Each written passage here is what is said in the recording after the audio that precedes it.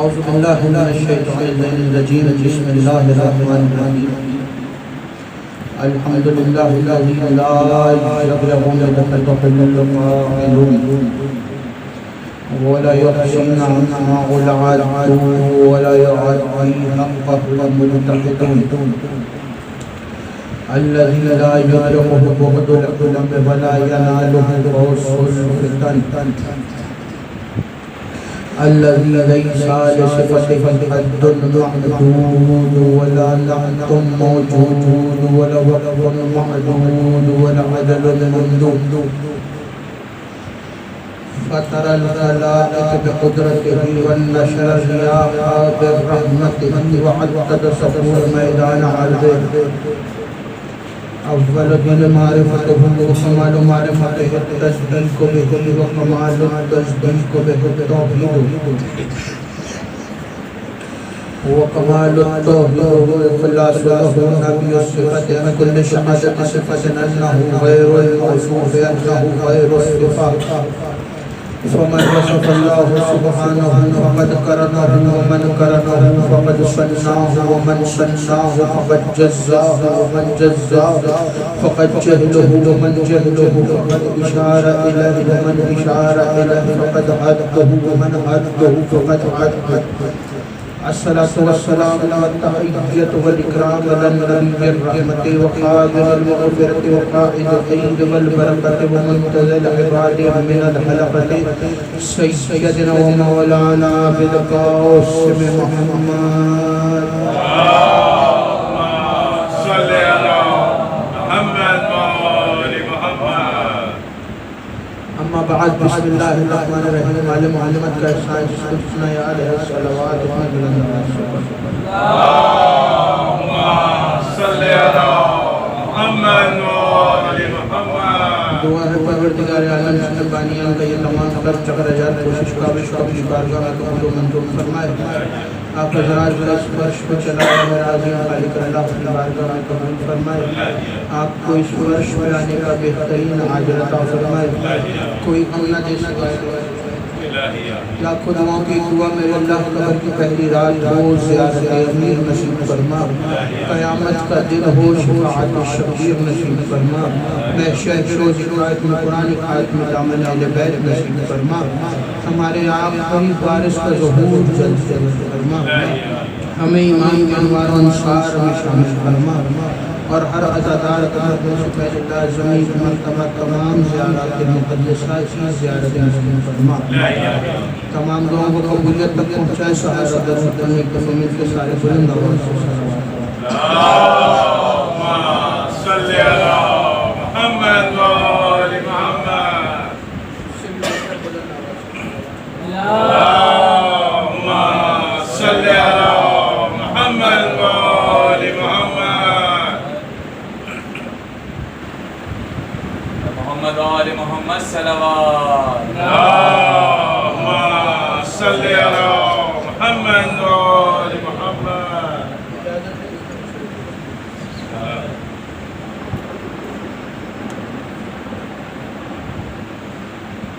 صاحبان ارباب وقار اور عاشقان احمد مختار، آج کی مجلس عظام فضائل کے اعتبار سے اس ہستی سے منسوب کر رہا ہوں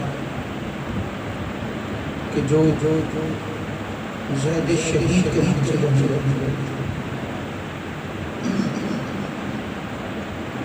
زیدی سادات کے حضرت زید بن علی بن حسین بن علی بن ابی طالب علیہ السلام. اللهم صل على محمد وآل محمد. مسائل میں تو حکم ہے لیکن فضائل حضرت زید علیہ السلام کیونکہ آج کی تاریخ تو سفر و مغفر بھی منصوب ہے حضرت زید تاریخ یہی کہتی ہے کہ آج کا روز شہادت کا روز ہے، تو آج تو سارے ہی یہاں زیدی سادات تشریف فرما آپ کے جد کا ذکر کرنے جا رہے ہیں۔ اس سے پہلے گزارش یہ کروں گا کہ تھوڑا سا منظر سے ہو جائے تاکہ بعد میں آنے والوں کے لیے بھی آسانی ہو اور برکت سمیٹنے میں بھی آسانی ہو، مل کے بلند آواز سے اللہم صلی علی محمد و آل محمد۔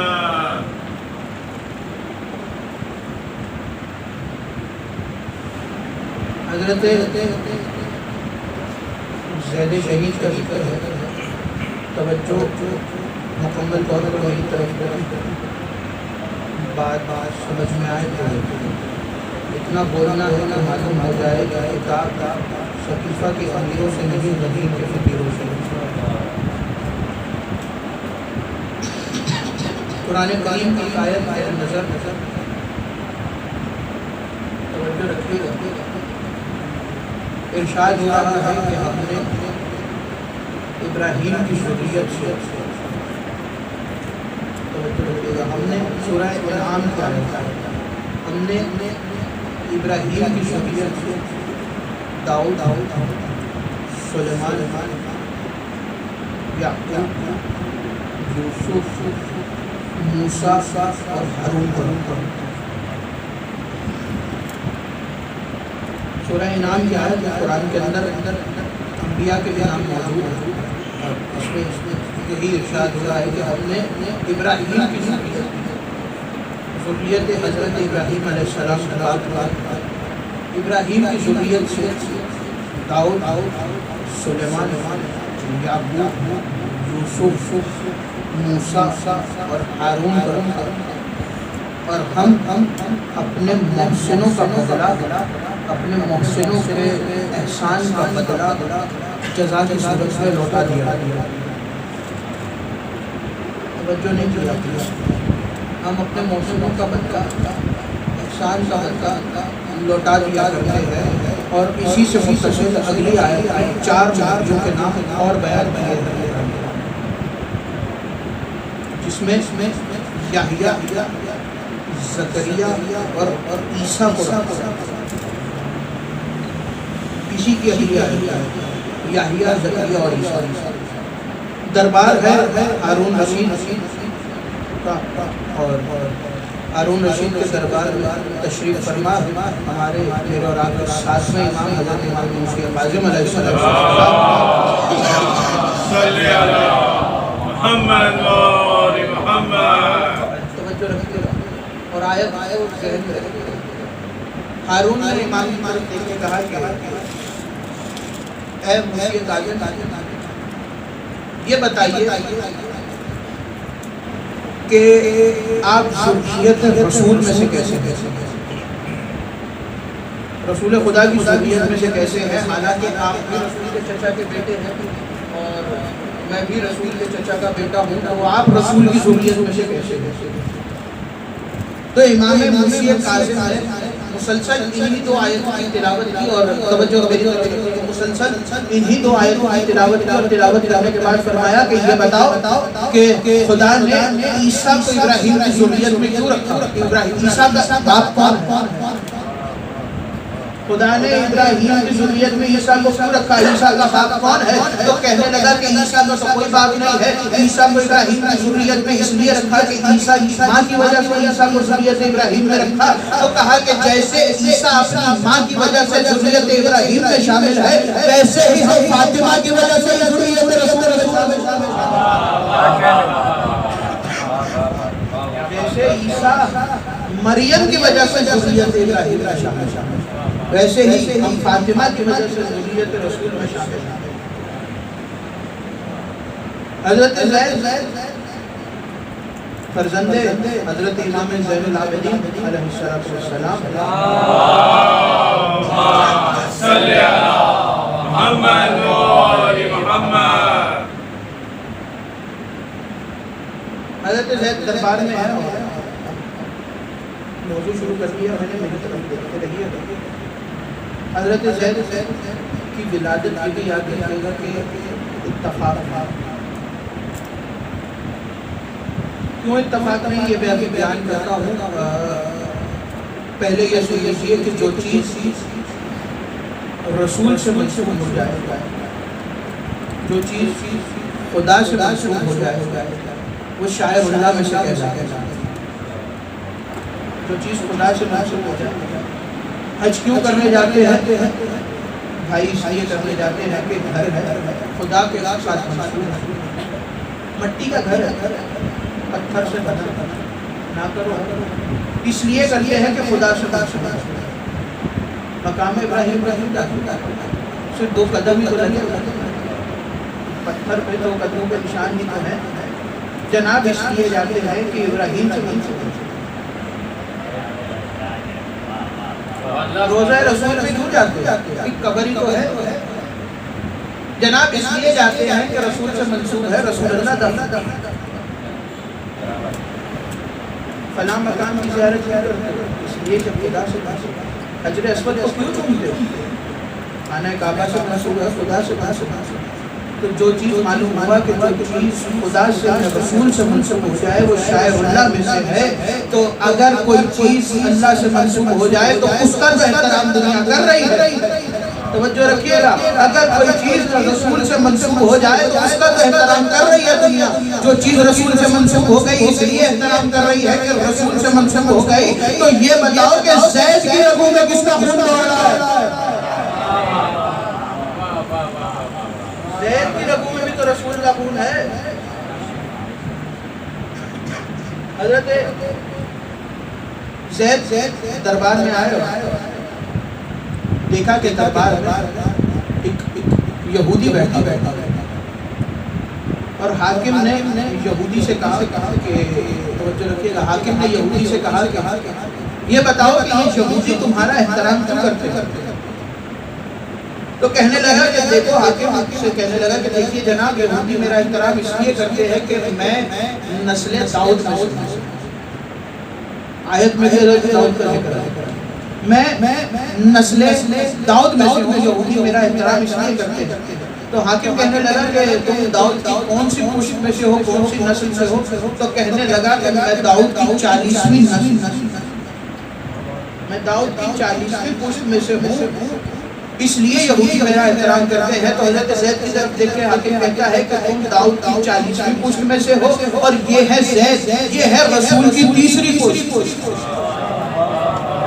یہ ہے زید، یہ ہے رسول کی 3ری پشت. تو وہ یہودی اپنی جگہ چھوڑ کے حاکم کی طرف دیکھ کے کہتا ہے کہ تم پر تو ان کا احترام واجب ہے، تم پر تو ان کی عزت واجب ہے، تم پر تو ان کی تقریب واجب ہے. تمہیں چاہیے کہ تم ان کی جگہ چھوڑ، ان کے لیے اپنی جگہ کو چھوڑ دو. تو وہ کہتا ہے کہ میں ان میں احترام تم پر واجب سمجھتا ہوں. تو یہودی کہتا ہے کہ ایسے نہیں، تم پر ان کا احترام اتنا واجب ہے کہ تمہیں چاہیے کہ اپنی خلافت کی کرسی سے اتر کے ان کو بٹھا دو.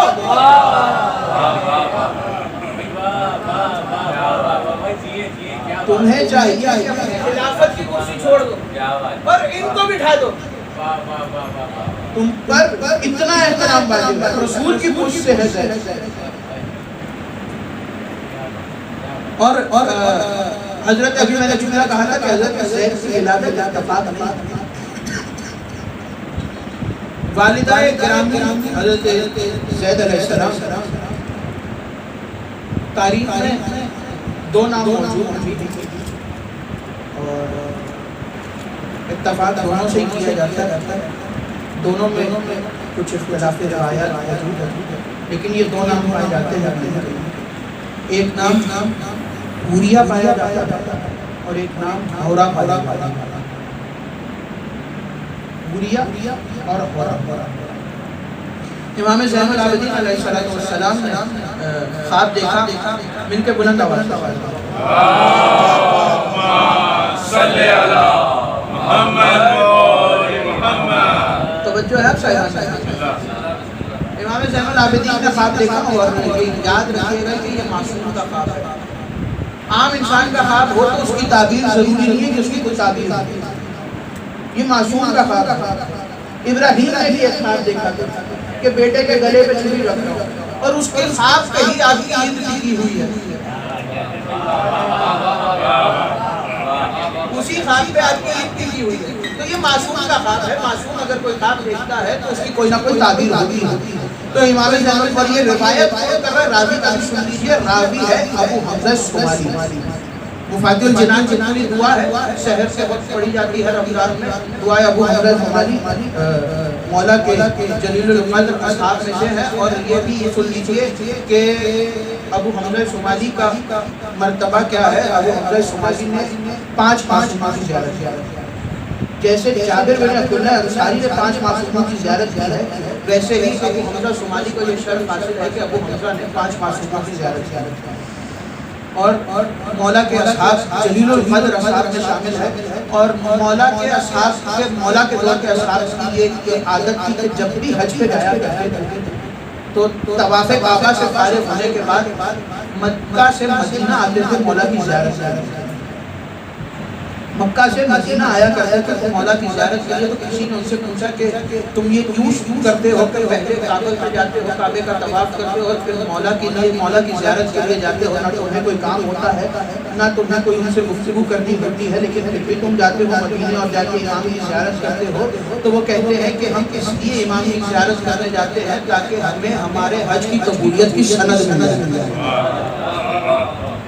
تو معلوم یہ ہوا کہ عبادت کے بعد امام کی زیارت عبادت کی قبولیت کی سند ہے۔ اسی لیے تو ہم ہر نماز کے بعد کربلا کر رک کر میں کہتے ہیں السلام علیکم یا ابا، کیونکہ ہم جانتے ہیں کہ ہماری نمازوں کو قبول کون کروائے گا؟ حسین۔ السلام علیکم یا ابا۔ تو راوی حضرت ابو حمزہ شمالی مولا جلیل القدر اصحاب یہ کہتے ہیں کہ میں نے امام زین العابدین سے سنا یہ خواب، تو امام نے خواب بتایا کہ میں نے خواب دیکھا ہے کہ رسول اللہ نے میرا ہاتھ تھاما اور میرا ہاتھ تھام کے مجھے جنت چلتا چلتا خواب کون بیان کر رہا ہے؟ امام زین العابدین۔ میرا ہاتھ تھاما اور ہاتھ تھام کے مجھے جنت چلتا چلتا اور داخل کرنے کے بعد جنت کی حوروں میں سے ایک حور کے ساتھ میرا نکاح کیا۔ بی بی کا نام اگر آپ کو یاد ہے، توجہ نہیں کیا؟ امام کہہ رہے ہیں رسول خدا نے میرا نکاح جنت کی حوروں میں سے ایک حور سے کروایا، اور حضرت زید کی والدہ کے 2 ہی نام ملے ہیں، ایک حورہ ملا ہے اور ایک حوریہ ملا۔ تو رسول خدا نے میرا نکاح کروایا اور غیب سے ایک آواز آئی کہ اے علی زین العابدین تمہیں زید مبارک، اے علی زین العابدین تمہیں زید مبارک۔ اور تاریخ کہتی ہے کہ حضرت زید کی جو والدہ گرامی تھی یہ کنیز تھی جن کو جناب مختار میں خریدا تھا، خریدنے کے بعد امام کی خدمت میں حاضر کیا۔ حضرت مختار نے کنیز کو خریدا اور کہا کہ یہ وہ کنیز ہے کہ جس کو امام کی بارگاہ میں ہونا چاہیے، امام کی خدمت میں ہونا چاہیے۔ آپ نے توجہ نہیں کی؟ خواب امام نے دیکھا، کنیز بھیجی ہے مختار، خواب دیکھا ہے امام نے، کنیز بھیجی ہے مختار نے، خواب ڈالتا ہے اللہ، خواب ڈالتا ہے اللہ، دیکھنے والا یا نبی ہوتا ہے یا امام ہوتا ہے۔ ابراہیم کی ذہن میں بھی اللہ نے خواب ڈالا تھا، امام نے بھی خواب دیکھا، خواب ڈالتا ہے اللہ، اللہ خواب ڈالے، دیکھے زین العابدین اور پورا کرے مختار، اس کے خواب کو پورا مختار کرے۔ تو مختار نے کنیز بھیجی اور امام نے اس کنیز کا نام بھی اورا یا حوریہ تھا۔ امام نے نکاح کیا اور پھر حضرت زید کی آمد ہوئی، اور حضرت زید کی آمد کی تاریخیں 2 ملتی ہیں، ایک 66 ہجری اور ایک 67 ہجری۔ یہ دو تاریخ ہیں جو حضرت مختار کی آمد سن یہ 2 سال ہیں کہ جو کہتے ہیں کہ حضرت زید ان 2 سالوں ان دنیا میں آئے۔ اور حضرت مختار کی شہادت کا سال 68 حضرت زید کی والدہ کا زید رہتی ہے ایک مقام پر ذکر کرنا چاہتا ہوں. حاکم وقت اس سے پہلے یہ جملہ سن لیجیے کہ امام باقر نے فرمایا تھا کہ اے زید آپ کی والدہ کتنی عجیب، آپ کی والدہ کتنی پاکیزہ، آپ کی والدہ کتنی نجیب. تو جس کی والدہ امام باقر نجیب بول رہے ہیں وہ خود کتنا نجیب. حضرت زید کا دور ہے اور حضرت زید نے جب اور یہ بھی جملہ آپ کے حوالے کر دوں کہ حضرت زید نے جو قیام کیا ہے وہ قیام حضرت زید نے دنیا والوں کو یہ بتایا ہے کہ دنیا والوں یہ دیکھ لو کہ امام کا منتقم انتقام کیسے لیتا ہے، کیونکہ ابھی ایک منتقم نے غیب سے آنا ہے. تو یہ دیکھ لو کہ میرا بیٹا مہدی جب آ کے دنیا والوں سے انتقام لے گا تو وہ کیسے انتقام لے گا. حضرت زید کی پوری دنیا میں جب چرچا ہوا اور حضرت زید کو یہ شرف حاصل تھا کہ 3 اماموں کے ساتھ اپنے بابا امام زین العابدین علیہ السلام، اپنے بھائی امام محمد باقر علیہ السلام اور اپنے بھتیجے حضرت امام جعفر صادق علیہ السلام، یہ 3 اماموں کے ساتھ رہنے کا حضرت زید کو شرف حاصل ہے. جملہ آپ کے حوالے کروں 3 اماموں کی موجودگی میں جسے دنیا عالم محمد کے نام سے جانے اسے زید کہتے ہیں. 3 اماموں کی موجودگی میں جسے دنیا عالم محمد کے نام سے جانے اسے زید کہتے ہیں. جب پوری دنیا میں حضرت زید کا نام ہوا تو حاکم کے ذہن میں یہ ڈر پیدا ہوا پوری دنیا میں حضرت زید کا نام ہوا، ایسا نہ ہو کہ لوگ زید کی طرف راغب ہو کے زید کی طرف. اس لیے اس نے سب کو جمع کیا کہ یہ بتاؤ کہ کیسے زید کی لوگوں کی نظر میں عزت کو کم کیا جائے. لیکن حاکم یہ بھول گیا تھا کہ معصوم یا معصوم کا کوئی بیٹا اگر ہو تو اس کی عزت کو کم نہیں کر سکتا، کہ اس کی عزت جو زمانے میں بنائی ہے خدا کی طرف سے بنی ہے. اس نے مشورہ کیا اور مشورہ کرنے کے بعد یہ اعلان ہوا کہ حضرت زید سے دربار میں بلایا جائے. اور یہ تو حاکموں کی بڑی کوشش رہی ہے کہ معصوم کو دربار میں بلا کے بلایا جائے. بڑے بڑوں نے معصوموں کو دربار میں بلایا. امام حسن بھی دربار میں بلائے، امام حسین بھی دربار میں بلائے. بڑے بڑوں نے اماموں کو دربار میں بلایا ہے اور بلا کے یہ کوشش ہے کہ معصوم کی عزت کو کم کیا. لیکن تاریخ نے یہ دیکھا کہ کوئی ایسا نہیں آیا کہ جو معصوم کی عزت کو کم کر سکے. تو اس نے یہ اعلان کیا کہ حضرت زید کو بلایا جائے. اور حضرت زید جس دن دربار میں آئے اس دن یہ اعلان کر دیا جائے کہ آج دربار سب کے لیے کھلا ہے. جتنے لوگ ہیں جو آنا چاہے دربار میں آج دربار سب کے لیے. اور اس نے یہ کہا کہ جب سب آ جائیں دربار میں تو سب کو کرسیاں دے دینا، اور جب زید آئے تو خبردار زید کے لیے کوئی کھڑے نہ کرے، زید کو کوئی جگہ نہ دینا اور نہ کوئی زید کو سلام کرنا. وہ کہہ جانے کہ معصوم کا کیا مقام ہے. حضرت زید دربار میں آئے آ کے کھڑے ہو گئے. پورا دربار بھرا، کوئی جگہ دینے کو تیار نہیں.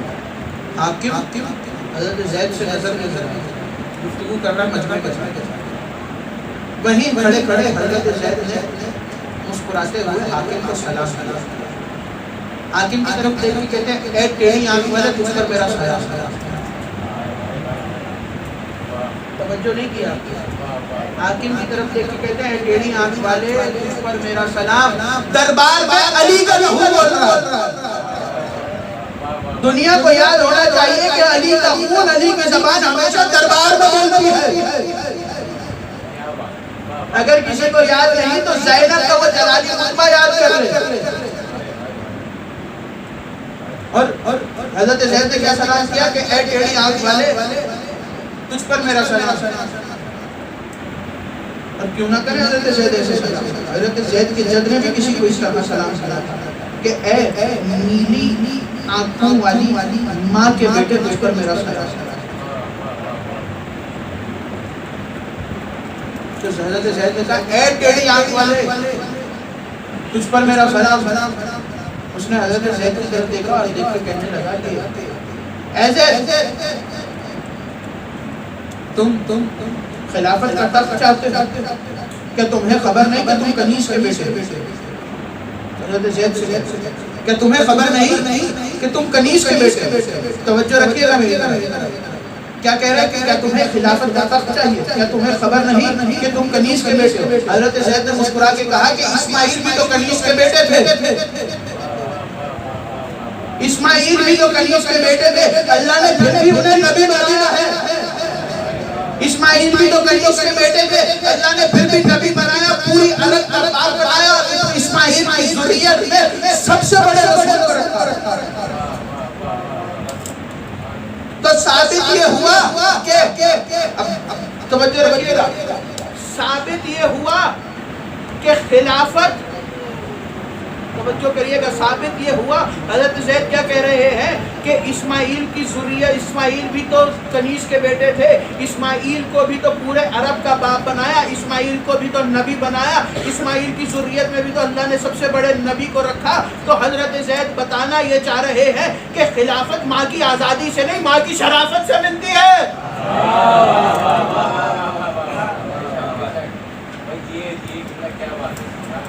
حضرت زید اور خدا نے آیت قرآن میں نازل کی کہ ہم نے مریم کو چنا اور پھر طاہر اور پھر ان اللہ اصطفیٰ طاہرا واصطفیٰ. ہم نے مریم کو چنا پھر طاہر کیا پھر یہ پہلی مرتبہ کیوں چنا؟ پہلی مرتبہ جناب اس لیے چنا کہ حضرت عیسیٰ. دوسری مرتبہ اللہ کیوں چنا؟ ایک مرتبہ چنا گیا. یہ دوسری مرتبہ کیوں کہہ رہا ہے کہ ہم نے چنا پھر پاکیزہ کیا پھر چنا؟ تو معلوم یہ ہوا کہ دوسری مرتبہ اس لیے چنا کہ امام زمانہ کا ناصر ہے عیسیٰ. امام زمانہ کا ناصر ہے عیسیٰ. تو قرآن نے یہ ثابت کر دیا کہ امام کے ناصر کی ماں توجہ رکھیے گا امام کے ناصر کی ماں اتحاد سے آتی ہے اتفاق سے نہیں آتی. ایمان کے ناصر کی انتخاب سے آتی ہے اتفاق سے نہیں آتی. اور بس اسی مقام تک لانا تھا. یہاں سے مسائل کا بھی آغاز کریں. 3 ہستیاں ہیں تاریخ جنہوں نے اپنے بھائیوں کا ہی کیا. 3 ہستی. پہلی ہستی حضرت موسیٰ جنہوں نے ہارون کو کہ میرے اللہ ہارون کے ذریعے سے میری کمر کو مضبوط ہے. بس اسی مقام پر جانا تھا. ہارون کے ذریعے سے میری کمر کو مضبوط ہے. اچھا یہاں دوسری ہستی کو میں آخر میں پڑھ رہا ہوں اور تیسری ہستی کو پہلے. تیسری ہستی ہمارا باقر جنہوں نے حضرت زید کے بارے میں کہا کہ میرے اللہ زید کے ذریعے سے میری کمر کو مضبوط ہے. اور وہ دوسری ہستی حسین ابن علی. رسول خدا نے کہا کہ علی کے ذریعے سے میری کمر کو مضبوط ہے. لیکن حسین بھی تو کہہ رہے ہیں کہ میرے عباس کے ذریعے سے میری کمر کو مضبوط ہے. حسین نے عباس کے لیے دعا مانگی لیکن تاریخ نے ایک وقت ایسا دکھایا کہ وہی حسین تڑپ کر کہہ رہے تھے زینب میری کمر ٹوٹ گئی. زینب میری کمر کا آسار دوبارہ گیا. زینب میری کمر ٹوٹ گئی. کیا یہ وہی حسین کہ جنہوں نے بچپن سے پالا ہے عباس اور حسین خدا کسی بھائی کو یہ وقت نہ دکھائے کہ بھائی اپنے جوان بھائی کا لاشا اٹھائے۔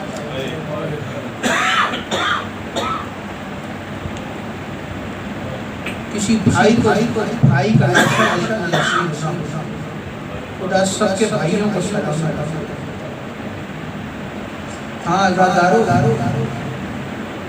عباس کا لاشا اٹھانے کے بعد، اکبر کا لاشا اٹھانے کے بعد، اصغر کو دفنانے کے بعد حسین تنہا رہا۔ شہادت نہیں بیان کروں گا لیکن چند مسائل حسین ابن علی کے بھی سن لینا عزادارو۔ بہن سے رخصت کے لیے آئے اور آ کر بہن سے بہنوں سے الوداع کرنے کے بعد حسین جانے لگے۔ بی بی نے واپس بلایا اور واپس بلا کر بی بی کی آواز آئی، بھیا ذرا اپنے گریبان کے بٹن کھولیے گا۔ حسین نے گریبان کے بٹن کھولے تو بی بی نے گلے کا بوسہ لیا تو مولا کی آواز آئی، بہن زینب کیا کر رہی ہو؟ تو آواز دے کے کہا کہ بھیا اماں نے کہا تھا کہ جب حسین آخری مرتبہ ملنے آئے تو میری طرف سے حسین کے گلے کا بوسہ لے لینا۔ مولا کی آواز ہے، بہن ذرا اپنی آستینوں کو الٹنا۔ بی بی نے اپنی آستینوں کو اوپر کیا تو مولا نے کلائی کا بوسہ لیا۔ مولا کی آواز ہے، بی بی کی آواز ہے، بھیا کیا کر رہے ہو؟ تو مولا نے کہا، بہن بابا نے وصیت کی تھی کہ جب حسین آخری مرتبہ ملنے آؤ تو میری طرف سے زینب کی کلائیوں کا بوسہ لے لینا، اس لیے کہ یہ وہ کلائیاں ہیں کہ جب تمہاری شہادت کے بعد انہی کلائیوں میں رسل پہنائی جائے گا۔ جی بھر کے گریا کر لینا، جی بھر کے پوچھا دے لینا۔ خدا کسی کو نہ رلائے سوائے غم حسین کے، لیکن میں یہ کہتا ہوں کہ اپنی ہر مجلس کو آخری مجلس سمجھ کے رویا کرو، کیونکہ اگلی مجلس میں وہی روئے گا جو موجود ہوگا۔ اور امام صادق کہتے ہیں نا کہ میرے جد کے مسائل پہ ایسے رویا کرو جیسے کوئی بوڑھی ماں جوان بیٹے کے لاشے پر روتی ہے۔ کوئی حسین پہ رونے کا حق ادا نہیں کر سکتا۔ عزادارو، بہنوں سے الوداع کرنے کے بعد بیٹے کے ساتھ خدا کسی بیٹے کو یہ وقت نہ دکھائے کہ بیٹا سر سے لے کے پیر تک باپ کو زخمی دکھائے۔ ہاں عزادارو، سید سجاد کے خیمے میں پہنچے، سر اٹھا کے زانوں پہ رکھا۔ سر زانوں پہ رکھنے کے بعد عزادارو مولا حسین نے رونا شروع کیا۔ مولا حسین کے گرم گرم آنسو سید سجاد کے رخسار پر آ کر گرے تو سید سجاد کی آنکھیں کھلی۔ آنکھیں کھولنے کے بعد بابا کو سر سے پاؤں تک زخمی دیکھا تو تڑپ کے کہتے، بابا آئینہ آئینہ چچا عباس، بابا آئینہ آئینہ علی اکبر۔ آواز دے حسین سے آواز ہے، بیٹا سجاد سارے مرد مارے گئے، اب مردوں میں یا میں بچا ہوں یا تم بچے ہو۔ یہ سوچا تھا کہ ایک مرتبہ نظر چھوڑے پہ ڈالی تو جھولا خالی نظر آیا، سوچا کہ شاید ماں کی گود میں ہوگا، لیکن جب ماں کی گود خالی نظر آئی تو تڑپ کے کہتے، بابا آئینہ آئینہ علی اصغر، بابا علی اصغر رہا ہے۔ آواز دی، بیٹا سجاد اصغر بھی مارا گیا تو رو کے کہتے، بابا کیا فوجیں خیموں تک آ رہی تھی؟ تو مولا کی آواز آئی، نہیں علی اصغر، نہیں سجاد، اصغر کو میں اپنے ہاتھوں پر اٹھا کر لے کے گیا تھا اور سوال پانی کا کیا، جواب میں دیا۔ عزادارو، بیٹے کے حوالے اسرار امامت، رخصت ہوئے حسین، باہر پہنچے حسین، گھوڑے کی رکاب میں ڈال کے ایک مرتبہ فرات کی جانب جہاں بھائی کا لاشا رکھا۔ فرات کے بعد مولا حسین نے وہاں دیکھا جہاں اکبر کا لاشا رکھا۔ دونوں طرف دیکھنے کے بعد آواز دے کے کہتے، عباس آؤ، اکبر آؤ اور آگے اپنے مولا کو سوار کرو، تمہارا مولا اپنی آخری لڑائی لڑنے جا رہا ہے، آؤ اپنے مولا کو سوار کرو۔ جب بھی تمہارا مولا گیا تو تم نے اکبر ایک جانب سے گھوڑا پکڑا، عباس ایک جانب سے تم سے گھوڑا پکڑا، آواز تمہارا مولا آخری لڑائی لڑنے جا رہا ہے، آگے اپنے مولا کو سوار کرو۔ ابھی حسین یہ کہہ رہے تھے کہ اچانک گھوڑے کی رکاب میں ہاتھ آیا اور آواز ہے، حسین اگر عباس آئی تو کیا ہوا، آج زینب سوار کرائے گی، آج زینب سوار کرائے گی۔ حسین سوار مرتجز سے کہنے لگے چل مرتجز مقتل میں لے چلے مرتجز نہ چلا حسین کی آواز آئی ہے مرتجز میں جانتا ہوں کہ تو صبح سے میرے ساتھ مقتل میں جا رہا ہے تو بھی زخموں سے چور ہے میں جانتا ہوں کہ تو تھک گیا ہے لیکن آخری احسان کر دے حسین پر ایک مرتبہ حسین کو مقتل میں پہنچا دے اس کے بعد تو چلے جانا لیکن اللہ جانے اللہ دار زلجنا نے ایسا کیا کہا کہ حسین سے ایک مرتبہ نیچے دیکھا حسین کا نیچے دیکھنا تھا کہ ایک 4 سال کی بچی زلجنا کے تھوڑے سے اس کی کہہ رہی تھی اے زلجنا میرے بابا کو نہ لے کے جا صبح سے جو بھی گیا ہے وہ واپس نہیں آیا حسین سے اترے بیٹی کو سینے سے لگایا کہ سکینہ پانی کے لینے کے لیے جا رہا ہوں آواز دی بابا چچا عباس بھی تو یہی کہہ کر گئے تھے کہ سکینہ ایک وعدہ ہے جسے نبھانے جانا ہے تو شہزادی کی آواز آئی نیند آئے گی جب آپ کی پھوپھاؤں کی بابا میں رات کو مقتل میں چلے جاؤں گی بابا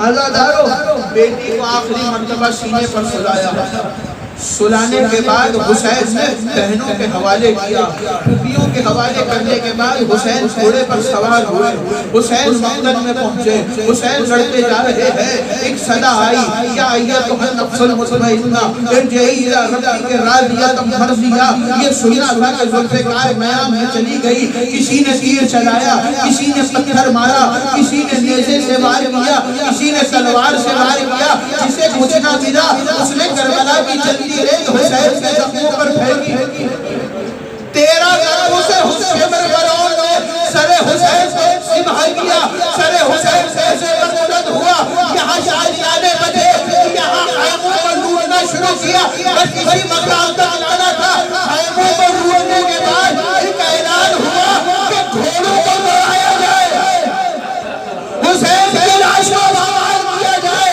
عرب کے سب سے مشہور گھوڑے جو صرف عمالی کے لیے استعمال ہوتے تھے ان گھوڑوں کو تیار کیا گیا گھوڑ سوار ہوئے عمر ساز کی آواز آئی مشرق کے گھوڑے مغرب کے گھوڑے مشرق میں یہاں گھوڑوں نے دوڑنا شروع کیا یہاں وہ لاشا پامال ہوا یہاں لاشا پامال ہوا اور صرف اتنا ہی نہیں لاشا پامال کیا اس کے بعد سب کچھ لوٹ لیا گیا ایک ظالم کو حسین کی انگلی میں انگوٹھی نظر آئی انگوٹھی دیکھی انگوٹھی اتارنا چاہے لیکن انگوٹھی نہیں نکلی ابا کے دامن سے خنجر نکال کے انگلی کاٹی حسین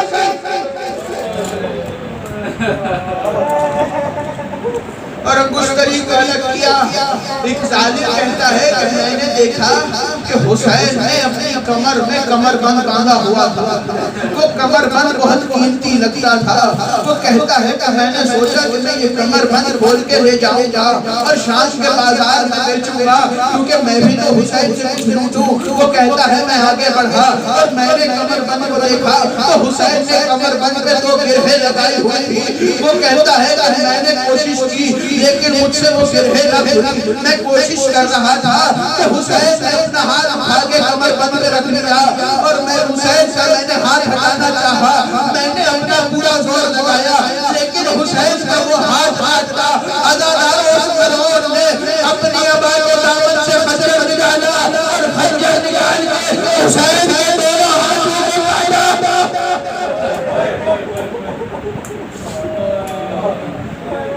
جس نے جیسے چاہا اس نے ویسے مارا ہے رحمت اللہ نے زیارت الہیہ ہے امام زمانہ کہتے ہیں میرا سلام ہو اس غریب پر جسے رولا رولا کے مارا گیا اللہ لعنت اللہ علی الصادقین ماتم حسین